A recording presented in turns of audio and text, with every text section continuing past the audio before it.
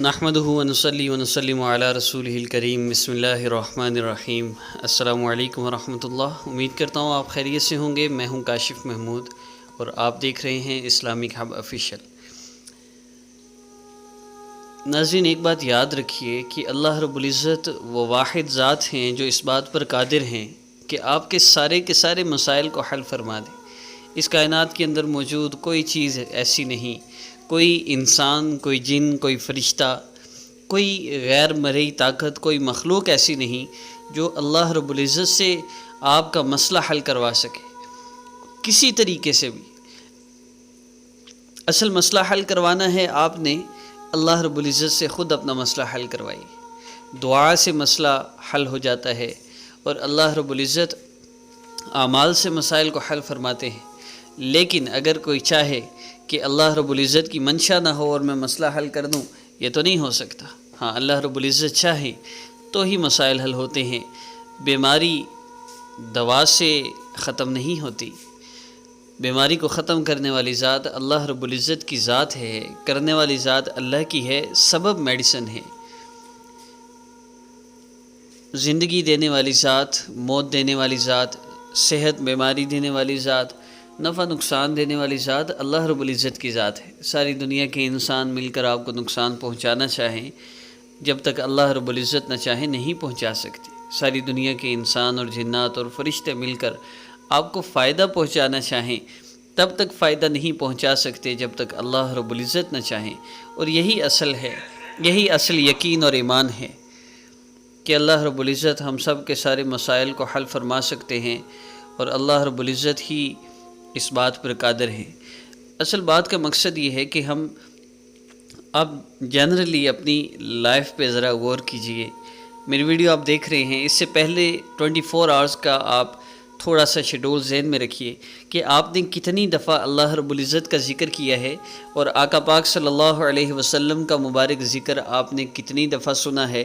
اب خود اندازہ لگائیے کہ میری زندگی کتنی خالی ہے اپنے نبی کے ذکر سے، اللہ رب العزت کی یاد سے، اور میں چاہتا ہوں میرے مسئلے حل ہو جائیں۔ ایسے تو مسئلے حل نہیں ہوتے۔ مسائل کو حل کرنے والی ذات صرف اللہ رب العزت کی ذات ہے، اور ہمیں اللہ رب العزت سے ہی اپنے مسائل کو حل کروانا ہے۔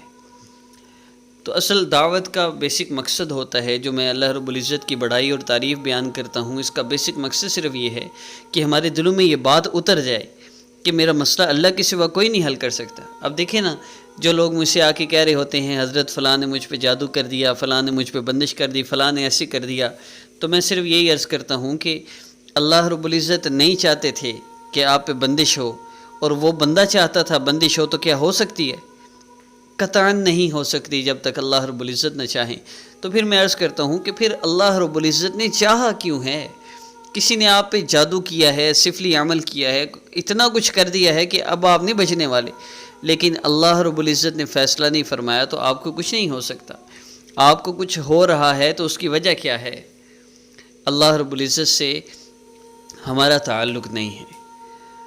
انسان اللہ رب العزت کو چھوڑ کے اللہ کے غیر کی طرف جا رہا ہوتا ہے، کہہ رہا ہوتا ہے حضرت میرا مسئلہ حل کر دیں، اور حضرت بھی کہتے ہیں ہاں ہاں کیوں نہیں، مسئلہ تو حل ہو جائے گا، میں استخارہ کرتا ہوں۔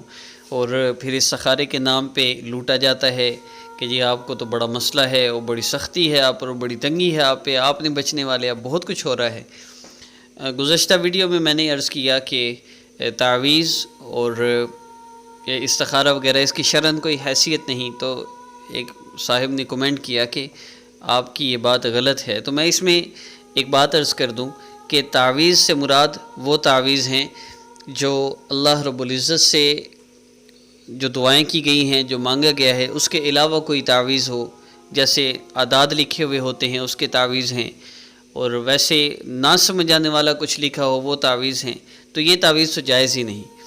جو جائز تعویذ ہیں وہ کون سے ہیں؟ جن پہ قرآنی دعائیں لکھی ہوں، جیسے بچوں کی نظر کے لیے بسم اللہ الذی لا یضر مع اسمہ شیء فی الارض ولا فی السماء وہو السمیع العلیم۔ اب یہ جو دعا ہے، اس کو ایک کاغذ پہ لکھ کے اس کو بچے کے گلے میں ڈال دیا جاتا ہے۔ اس کی وجہ صرف یہ ہے کہ وہ بچہ خود دعا پڑھ نہیں سکتا، تو اس کی حفاظت کے لیے ڈال دی جائے۔ جو بندہ خود پڑھ سکتا ہو اس کو تعویذ باندھنے کی کیا ضرورت ہے؟ اس کو خود پڑھنا چاہیے، اور بذات خود جس طرح وظیفہ ہے نا، وظیفہ مسائل کا حل نہیں ہے۔ وظیفے کا مقصد اللہ سے مانگنا ہے، حل کرنے والی مسئلہ ذات اللہ رب العزت کی ذات ہے، وظائف بذات خود مسائل کا حل نہیں۔ مسائل کا حل تو اعمال ہیں، یہ جو ذکر کرنا ہے یہ عمل ہے، اور اللہ رب العزت سے دعا کرنا یہ عمل ہے، اس عمل سے مسئلے حل ہوتے ہیں، اعمال سے اور دعا سے مسئلے حل ہوتے ہیں۔ وظائف اور تعویذ ان کا بذات خود اثر نہیں ہے، ان کی بذات خود شرعاً کوئی حیثیت نہیں ہے۔ اصل تو یہ ہے کہ ان کو کرنے سے اللہ رب العزت مسئلہ حل فرماتے ہیں، صرف یقینوں کی تھوڑی سی تبدیلی کی ضرورت ہے، ہمارے سارے مسئلے حل ہو جائیں گے۔ اللہ فرما رہے ہیں اولم یکفی بربک، کیا تیرے لیے تیرا رب کافی نہیں ہے؟ ہم کہتے ہیں اللہ آپ تو کافی ہیں، لیکن فلاں بندہ میرا مسئلہ حل کر سکتا ہے۔ اللہ رب العزت ہماری حفاظت فرمائے۔ بس میری یہ اتنی سی گزارش ہے کہ روزانہ اللہ رب العزت کی تعریف، عظمت اور بڑائی، میں تھوڑا سا انٹرو دینا چاہ رہا تھا، ہماری ہر ویڈیو میں شامل ہوگی، اس کو ضرور سنیں، اس سے آپ کا یہ ایمان اور یقین بنے گا کہ انشاءاللہ آپ اللہ رب العزت سے جو بھی مانگیں گے آپ کو ملے گا، آپ کا یقین بنے گا۔ آپ عمل کریں، آپ کو خود ہی یقین نہیں ہوتا، پتہ نہیں مجھے فائدہ ہونا یا نہیں ہونا، تو کیسے فائدہ ہو؟ اللہ کی بڑائی عظمت سن کے وہ یقین بنتا ہے، ہاں مجھے اس سے فائدہ ہوگا، تو پھر ضرور ہوگا۔ اسی طرح آج کے عمل کو لیجیے، آج کا عمل جادو نزبت بندش سے حفاظت کے لیے ہے۔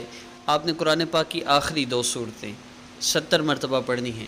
بسم اللہ الرحمن الرحیم، پہلی دفعہ اعوذ باللہ سے شروع کریں، پھر بسم اللہ مکمل، اور پھر سورہ فلق پڑھیں، اور پھر بسم اللہ الرحمن الرحیم پڑھ کے سورۃ الناس پڑھیں، 1 دفعہ ہو گئی، پھر دونوں صورتیں پڑھیں، 2 دفعہ ہو گئی، پھر دونوں صورتیں پڑھیں، پھر 3 دفعہ، اس طرح آپ نے 70 مرتبہ مکمل کرنا ہے۔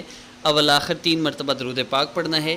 اس کو پانی پر دم کر کے آپ نے اس پانی کو استعمال کرنا ہے، محسوس ایام میں اس کو نہیں کرنا، دن میں کسی بھی وقت بھی پڑھ سکتے ہیں، 70 مرتبہ پڑھنا ہے۔ اور آخری چیز یہ کہ اگر آپ محسوس ایام میں ہیں، وہ پانی ختم ہو رہا ہو تو اس میں مزید پانی ایڈ کرتے جائیں، 1 دفعہ کا پڑا ہوا بھی آپ اگر مزید پانی ایڈ کرتے جائیں گے تو انشاءاللہ اس کے اثرات رہیں گے۔ مزید اگر کوئی اس بارے میں کویسچن پوچھنا چاہیں تو آپ پوچھ سکتے ہیں، اور میں جو وظائف اپلوڈ کر رہا ہوں ان کی اجازت کے لیے میرے چینل کو سبسکرائب کیجئے، میری ویڈیو کو لائک کریں اور بیل آئیکن کو پریس کر لیں تاکہ جیسے ہی نئی ویڈیو اپلوڈ ہو آپ کو نوٹیفیکیشن مل جائے۔ اپنا بہت سا خیال رکھیے گا، نیکسٹ ویڈیو میں ملاقات کرتے ہیں انشاءاللہ۔ اپنا خیال تو آپ نے میں نے کہہ دیا، رکھ لیجیے گا۔